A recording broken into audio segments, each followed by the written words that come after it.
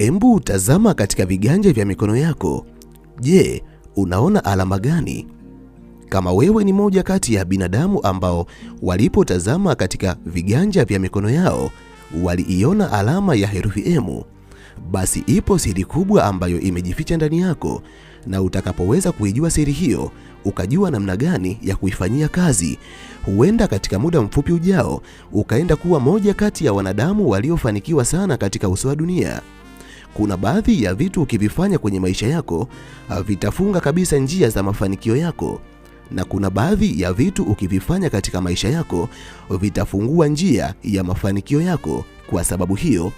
Kwa sababu ya alama hiyo, kuna baadhi ya vitu ambavyo hutakiwi kabisa kuvifanya kwenye maisha yako, na kuna baadhi ya vitu ambavyo unatakiwa kuvifanya ili ukawe moja kati ya binadamu wenye mafanikio makubwa katika uso wa dunia.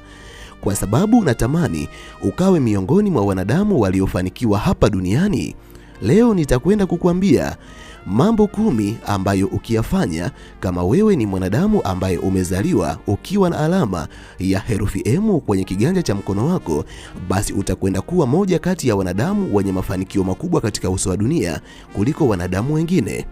Kama umevutiwa na video hii, basi nimeiandaa mada hii mahususi kwa ajili yako kabisa. Na ikiwa unatamani kuendelea kujifunza mambo mbalimbali kupitia video zetu, jiunge nasi kwa kusubscribe katika chaneli hii ya Fafanuo Media. Hapo utakuwa wa kwanza kupata video zetu pindi tunapoziweka kwenye chaneli hii. Hautajutia MB zako, kwani mara zote tunajitahidi kuwa bora zaidi ya jana. Asante, enjoy. Yafuatayo ni mambo 10 ambayo ukianza kuyafanya kuanzia leo katika maisha yako, kama wewe ni moja kati ya binadamu waliozaliwa wakiwa na alama ya herufi M, basi utakwenda kuwa moja kati ya binadamu waliofanikiwa zaidi katika uso wa dunia. Namba 1, anza kufuata hisia zako za ndani. Kwa mujibu wa tafiti mbalimbali ambazo ziliwahi kufanyika katika ulimwengu hapa Misri, zilibaini kuwa asilimia kubwa ya wanadamu ambao huzaliwa wakiwa na alama ya herufi M katika viganja vya mikono yao wana intuition kali kuliko wanadamu wengine. Yani, wana hisia kali pamoja na maono ya kuweza kuona vitu ambavyo binadamu wengine hawawezi kuviona. Binadamu wa kundi hili wana uwezo mzuri wa kutambua fursa na kufanya maamuzi kwa kutumia hisia zao. Inawezekana kabisa wewe ni moja kati ya wanadamu ambao mara nyingi huwa unaweza kuziona fursa ambazo binadamu wengine hawazioni, lakini kwa sababu unaishi katika mazoea, yani unafanya vitu ambavyo ndivyo binadamu wengine wanavifanya, umekuwa ukizipuuza hisia hizo. Ngoja nikwambie kitu kimoja, hisia ambazo Mwenyezi Mungu ameziweka ndani yako hazipo kwa kila mwanadamu. Kumbuka, binadamu wenye mafanikio ya kweli katika hii dunia ni wachache, wale ambao waliamua kupita njia tofauti na njia ambazo binadamu wengi huzipita katika maisha yao. Kwa sababu wewe ni moja kati ya wanadamu wenye zawadi ya maono, hakikisha unayatumia maono ambayo yapo ndani yako kufanya vitu ambavyo vinatokana na maono hayo, wala usifanye vitu kwa sababu ya kufuata mkumbo. Utakapofanya hivyo, ninakuhakikishia kupitia alama ya herufi M utakwenda kuwa moja kati ya binadamu wenye mafanikio makubwa katika uso wa dunia. Namba 2, jenga utamaduni wa kuchukua hatua mapema kutokana na hisia ambazo zipo ndani yako. Moja kati ya siri ambayo ipo ndani ya wanadamu wengi ambao huzaliwa wakiwa na alama ya herufi M, huwa wanaweza kupata hisia ya mambo sahihi na mambo yasiyokuwa sahihi. Nilikuambia mwanzo kuwa hawa ni wanadamu wenye maono ambayo wanadamu wengine hawana. Kupitia maono ambayo Mwenyezi Mungu ameyaweka ndani yao, wanaweza kujua ni kitu gani sahihi ambacho wanatakiwa kukifanya na kitu gani sahihi ambacho hawatakiwi kukifanya. Je, wanawezaje kujua? Ni kwa sababu mara nyingi binadamu wa kundi hili wanapofanya kitu ambacho sio sahihi, roho zao huwa zinasita sana, lakini wanapofanya kitu ambacho ni sahihi, roho zao huwa zinakuwa nyeupe. Na mara nyingi binadamu wa kundi hili watakapofanya maamuzi katika upande ambao roho zao zinasita, matokeo huwa yanakuwa mabaya sana. Hapo ndipo wanapojikuta wamepata hasara, kutapeliwa ama kupoteza kile ambacho wamewekeza katika biashara fulani. Lakini roho zao zisipoonyesha hali ya kusita wanapotaka kufanya jambo fulani, mara nyingi jambo hilo huwa linakuwa na mafanikio kuliko wangefanya wakati roho zao zinasita.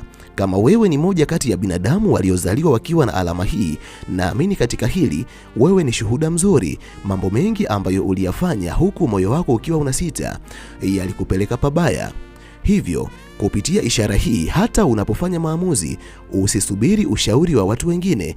Ukihisi jambo ambalo unalifanya ni jambo sahihi na moyo wako umeridhia, yani kuna sauti ambayo inazungumza ndani yako kuwa fanya hivi, isikilize sauti hiyo haraka, fanya maamuzi ya haraka, na maamuzi hayo yatakwenda kubadilisha maisha yako kutoka hatua ya chini, yatakupeleka katika hatua ya juu. Namba 3, hakikisha unakuwa kiongozi badala ya kuwa mfuasi. Unajua ni kwa sababu gani? Ni kwa sababu tafiti mbalimbali zimekuwa zikionyesha binadamu wengi ambao huzaliwa wakiwa na alama ya herufi M kwenye viganja vya mikono yao, hawa ni wanadamu wenye sifa za uongozi. Mwenyezi Mungu ameiweka nguvu ya uongozi ndani yao, na ndio maana mara nyingi binadamu wa kundi hili hata wanapokuwa katikati ya makundi ya wanadamu wengine, alafu katika makundi hayo akatakiwa apatikane kiongozi mmoja, mara nyingi binadamu wengi watampointi mwanadamu ambaye ana alama ya herufi M kwa sababu wanakiona kitu ndani yake ambacho wakati mwingine yeye mwenyewe anaweza kuwa hajakiona. Tafsiri mbalimbali za Pamisri zimekuwa zikidai kuwa asilimia kubwa ya binadamu wa kundi hili wana hulka za uongozi na huonesha uwezo huo wanapopewa nafasi, na ndiyo maana binadamu wa kundi hili wanapokaa katika nafasi ya wafuasi, uwezo wao unaweza usionekane, lakini pindi wanapopewa nafasi ya kuwaongoza watu wengine, wanaweza wakaonesha uwezo mkubwa wenye ufanisi wa hali ya juu mpaka watu wengine wakajiuliza, hivi binadamu hawa uwezo huu mbona hatukuwahi kuona zamani?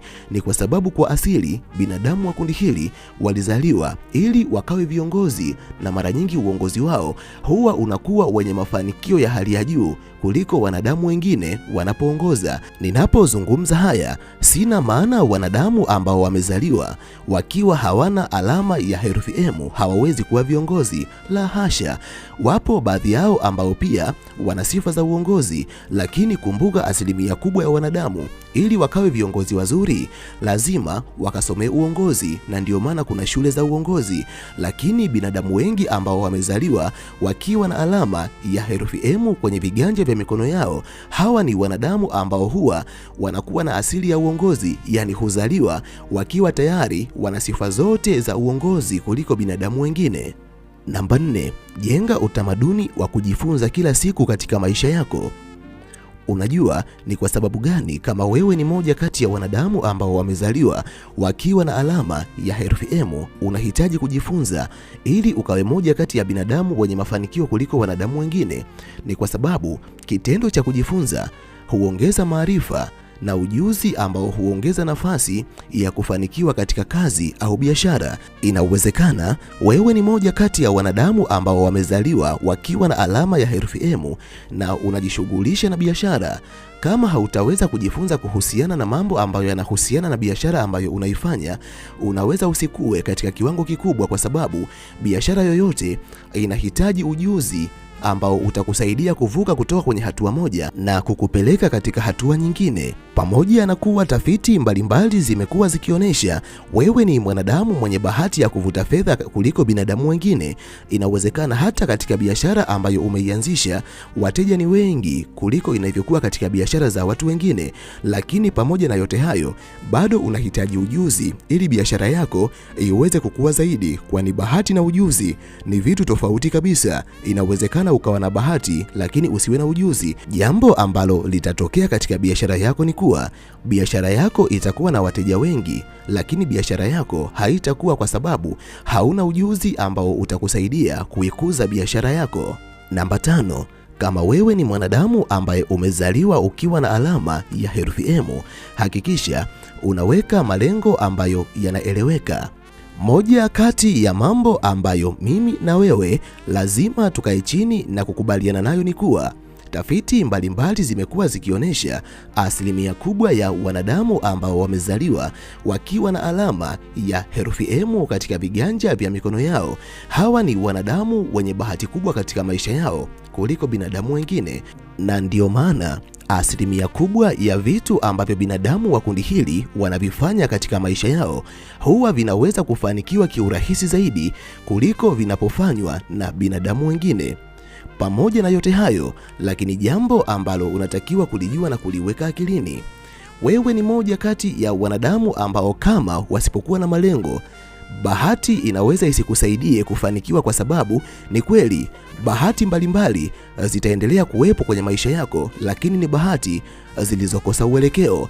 Kwani bahati zinapokuwa na uelekeo sahihi, ukazielekezea katika malengo ambayo umejiwekea, amini usiamini, huenda ukawa moja kati ya binadamu wenye mafanikio makubwa katika uso wa dunia, kwa sababu bahati zimekutana na barabara sahihi ambayo zinatakiwa kuipita, barabara ambayo inakupeleka kwenye malengo makubwa ambayo umejiwekea katika maisha yako.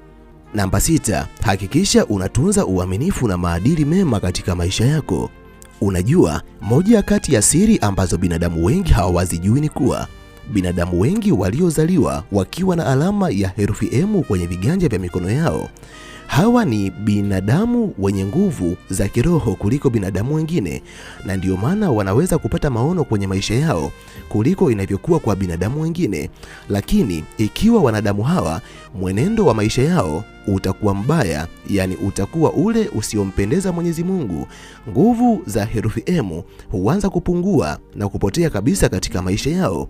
Inawezekana mwanzo wewe ulikuwa mwenye bahati kubwa kwenye maisha yako kuliko wanadamu wengine, lakini kwa sasa bahati hiyo haipo tena. Umekuwa unaandamwa na nuksi pamoja na mikosi kwenye maisha yako, pamoja na kuwa unapotazama kwenye kiganja cha mkono wako unaiona alama ya herufi M. Jambo ambalo unatakiwa kulijua na kuliweka akilini, ili nguvu zako za kiroho ziendelee kuwa kubwa ndani yako, lazima usifanye dhuluma kwa binadamu wengine. Tenda kwa haki, kuwa na tabia njema, tabia ambazo zinampendeza Mwenyezi Mungu. Utakapokuwa hivyo, amini usiamini, njia zako za mafanikio zitakwenda kufunguka na utakwenda kuwa moja kati ya binadamu wenye mafanikio makubwa kuliko wanadamu wengine. Namba 7, jifunze kuutumia muda kwa nidhamu ya hali ya juu. Muda ni kitu chenye thamani kubwa katika maisha ya kila mwanadamu ambaye amezaliwa na kuishi katika uso wa dunia. Kwa mwanadamu yeyote ambaye anatamani kufanikiwa, lazima ajue namna gani ya kuutumia muda ili akawe moja kati ya watu watakaotimiza malengo na ndoto zao. Kama utaupoteza muda ni kitu chenye thamani ambacho hauwezi kukipata tena, na ndio maana utakapojaribu kuwauliza wazee wengi, moja kati ya vitu ambavyo wanavijutia zaidi katika maisha yao, wengi wao watakwambia wanajutia kupoteza muda katika ujana wao. Wanatamani muda uweze kurudi nyuma, waweze kuyarekebisha makosa yao, lakini kwa bahati mbaya haiwezi kuwa hivyo, kwani muda unapoenda mbele haiwezekani kurudisha nyuma. Hivyo hata kwa wewe ambaye umezaliwa ukiwa na alama ya herufi M kwenye kiganja cha mkono wako, moja kati ya mambo ambayo lazima uyazingatie ili ukawe moja kati ya binadamu wenye mafanikio makubwa kwenye maisha yao, hakikisha unautumia muda vizuri, kwani muda huongeza tija na matokeo ya kweli katika maisha yako. Namba 8, kama wewe ni mwanadamu ambaye umezaliwa na alama ya herufi M kwenye kiganja cha mkono wako, hakikisha unajenga mahusiano mazuri na watu wengine. Mwanadamu mwenye herufi M atakapojenga ushirikiano mzuri na watu wengine, anaweza kupata fursa mpya ambazo asingeweza kuzipata kama angekuwa peke yake. Unajua, katika maisha yetu wapo baadhi ya watu ambao huwa tunawatumia kama mabango, yani kama ambavyo unapotembea barabarani kuna mabango ambayo huwa yanakuelekeza uelekeo wa maeneo mbalimbali ambayo unatakiwa kuelekea na kukuonesha kilomita ambazo zimebaki ili uweze kufikia destination. Hata katika maisha yetu pia, ili tuweze kufikia malengo ambayo tunatamani kuyafikia, wapo baadhi ya watu ambao huwa tunawatumia kama mabango ambayo yanatuelekeza direction ya maisha. Hivyo binadamu wengi wenye alama hii kwenye viganja vya mikono yao wanahitaji binadamu sahihi ambao watawaelekeza uelekeo sahihi katika safari ya malengo ambayo wanatamani kuyatimiza. Namba 9, kama wewe ni moja kati ya wanadamu wa kundi hili, hakikisha haukati tamaa unapokutana na changamoto mbalimbali katika maisha yako, kwa sababu binadamu wengi wa kundi hili hukumbana na changamoto ambazo pengine binadamu wengine hawakumbani nazo, kwani Mwenyezi Mungu ameweka vitu vikubwa ndani yao kuliko binadamu wengine, na kadri unavyozidi kuwa na hatima kubwa kuliko wanadamu wengine, ndivyo changamoto nyingi zinavyokuandama katika maisha yako kuliko zinavyoandama binadamu wengine. Si ajabu wewe ni moja kati ya binadamu ambao wanakumbana na changamoto mbalimbali katika maisha yao. Jambo ambalo unatakiwa kulifanya, hakikisha unakuwa mvumilivu, kwani uvumilivu utakusaidia kuendelea hadi ufikie malengo ambayo unatamani kuyafikia kwenye maisha yako. Namba 10, hakikisha unafanya kazi kwa bidii na uthabiti katika maisha yako. Hata katika Palmistry Education, mafanikio hayadaiwi kutokana na alama ya M peke yake, bali M inaweza kupata mafanikio zaidi pale mwanadamu anayeimiliki anapokuwa na juhudi na uthabiti, kwani juhudi katika maisha ndiyo msingi. Inawezekana ukawa na bahati kuliko binadamu wengine, lakini bahati haiwezi ikaja ukiwa umekaa ndani ya nyumba yako. Lazima utoke na kwenda kujituma katika shughuli mbalimbali. Huko ndiko jitihada zako zitakapokutana na bahati ambayo ipo ndani yako. Yapo mengi ya kuzungumza, lakini kwa sababu ya usalama wa MB zako sina budi kuishia hapa. Ninahitimisha nikiamini lipo jambo kubwa ambalo umejifunza kupitia video hii. Nikutakia wakati mwema na tukutane tena katika video ijayo.